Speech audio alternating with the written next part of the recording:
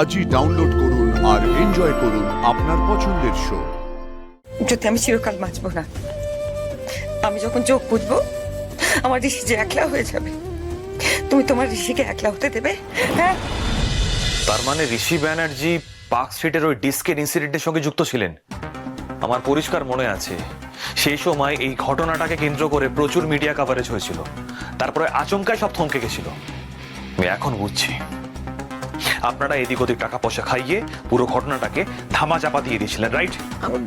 কিন্তু অফিসার, আপনাকে একটা কথা কিন্তু বিশ্বাস করতেই হবে, সেই দিনের ঘটনাটা, সত্যি বলছি, সেই দিনের ঘটনাটা কিন্তু নিছকই একটা অ্যাক্সিডেন্ট ছিল।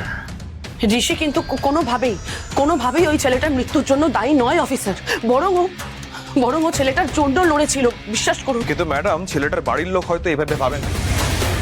ছেলেটা কে? ছেলেটা? হ্যাঁ, ছেলেটা। ছেলেটা আসলে মানে আপনারা জানেনই না ছেলেটা কে ছিল, ছেলেটার বাড়ি কোথায়, ওর পরিবারের লোকজন, আপনারা কিচ্ছু জানেন না? একটা জলজান্ত ছেলে মারা গেল, তারপরে তার পরিবারের কি হলো আপনারা একবারও খোঁজ নেবার প্রয়োজন বোধটুকু হয়নি আপনাদের? কি বিচিত্র মানুষ আপনারা, হ্যাঁ? কিন্তু আমাকে তো খোঁজ নিতেই হবে। এবার দেখি ওই কেসের ইনভেস্টিগেটিং অফিসার কে ছিল। কিন্তু তাকে তো পাবেন না। হোয়াট? আমি তাকে চিনতাম, টাকা পয়সা দিয়ে ফিটিং তো আমি করেছিলাম। কেন পাবো না? কেন? মারা গেছেন 2 বছর হয়ে গেছে। খুব ভালো লোক ছিল জানেন, নিঘাত উনি স্বর্গ লাভ করেছেন।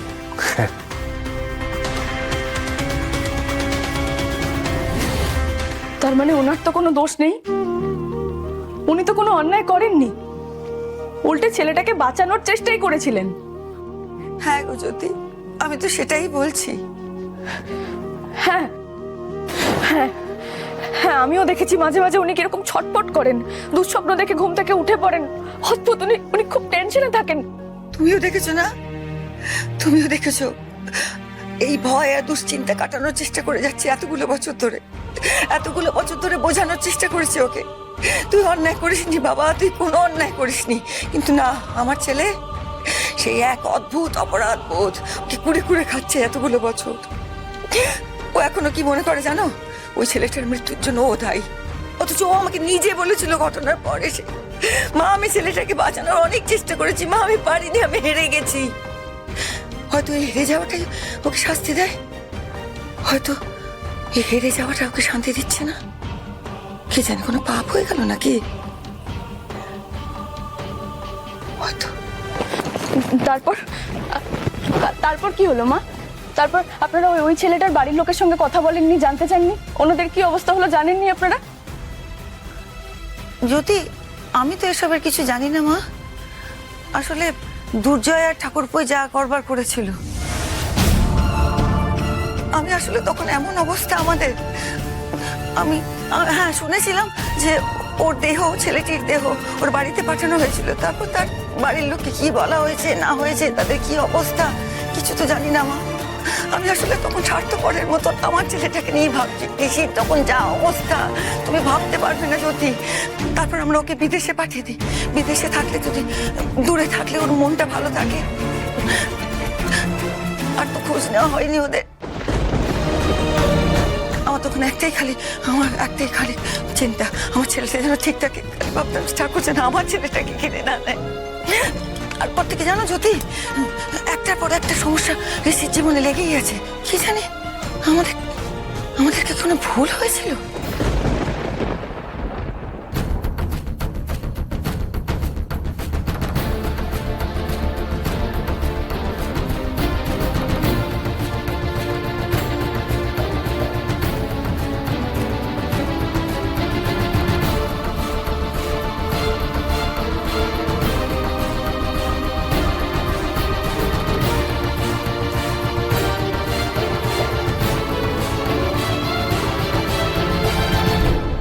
দাদা দাদা বলছি, এই হরিপ্রসাদ মিত্র বাড়িটা কোথায় বলতে পারবে? হ্যাঁ, এই তো কাছেই।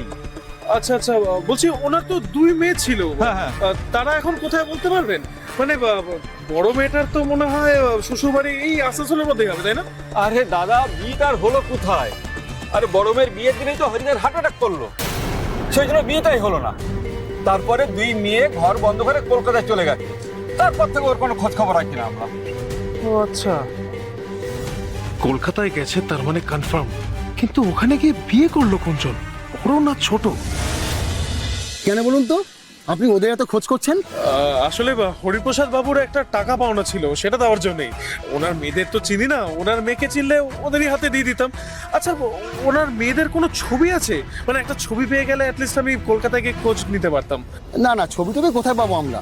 আর বাবা, ওনার বড় মেয়ে যা মানে সাংঘাতিক উল্টো পাল্টা কাজ করতে বলে শুনেছি। আর কে রাখবে বলুন তো ওনার ছবি? কি উল্টো পাল্টা কাজ? আরে বাবা, আপনার অত কথার কি দরকার? আপনার ছবি চাই তো? এই শোনো না, ওই মান্তুর বিয়ে ছবিটা ওনাকে দেখিয়ে দাও না। ওই হরির বড় মেয়ের যেদিন বিয়ে হবার কথা ছিল ঠিক তার দুদিন আগেই মান্তুর বিয়ে হয়েছিল। ঠিক বলেছো। আমার মনে হয় ওই দুই বোনের ছবি ওখানেই আছে।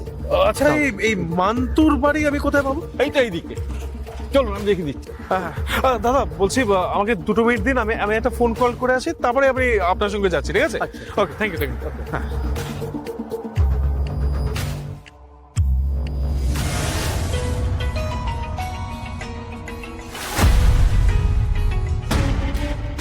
হ্যাঁ বলো। আমিশো, সুখবর আছে। হরিপ্রসাদের মেয়েদের খবর পেয়ে গেছি। ওরা কলকাতাতেই আছে। এখানকার লোকজনদের সঙ্গে কথা বলে আমি কনফার্ম হয়েছি। ওর ছবি আনতেই যাচ্ছি, পেলেই আপনাকে জানাচ্ছি, ঠিক আছে? আচ্ছা, এখন রাখছি। ও বাই দ্য ওয়ে মেশো, বলছি ওখানকার পুলিশের সিচুয়েশনটা না আপনি একটু সামলে নিন, ঠিক আছে? জিৎ বসু বেশি কিছু জানলে কিন্তু রিস্ক হয়ে যাবে বলে আমার মনে হচ্ছে। ঠিক আছে, কাজটা সেরে ফেলো। হ্যাঁ, আমি রাখছি এখন। হ্যাঁ হ্যাঁ। কার ফোন? শঙ্খ ফোন করেছিল, আমাদের একটা বিজনেস ডিল কনফার্ম হয়ে গেছে, সেটাই জানালো। জ্যোতি, আমাকে একটা কথা দেবে মা? বলো মা। আমার ঋষির জীবনে যাই ঘটুক না কেন, গোটা দুনিয়ার মানুষ যুদ্ধের পাশ থেকে সরে যায়, ওর বিরুদ্ধে চলে যায়, তুমি কখনো ওকে ভুল বুঝবে না বলো? কখনো ওর পাশ থেকে সরে যাবে না বলো? আমাকে কথা দাও। ঋষি তোমাকে ভালোবাসে। হ্যাঁ জ্যোতি, আমি ওর চোখ দেখেছি। ও তোমাকে পাগলের মতন ভালোবাসে। তুমি পাশে থাকলে ও ভরসা পাবে, শক্তি পাবে, ও সুস্থভাবে বেঁচে থাকবে। তুমি বলো, ওকে ছেড়ে কখনো যাবে না?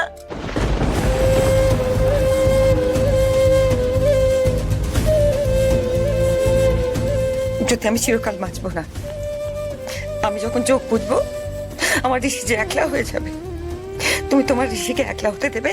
হ্যাঁ।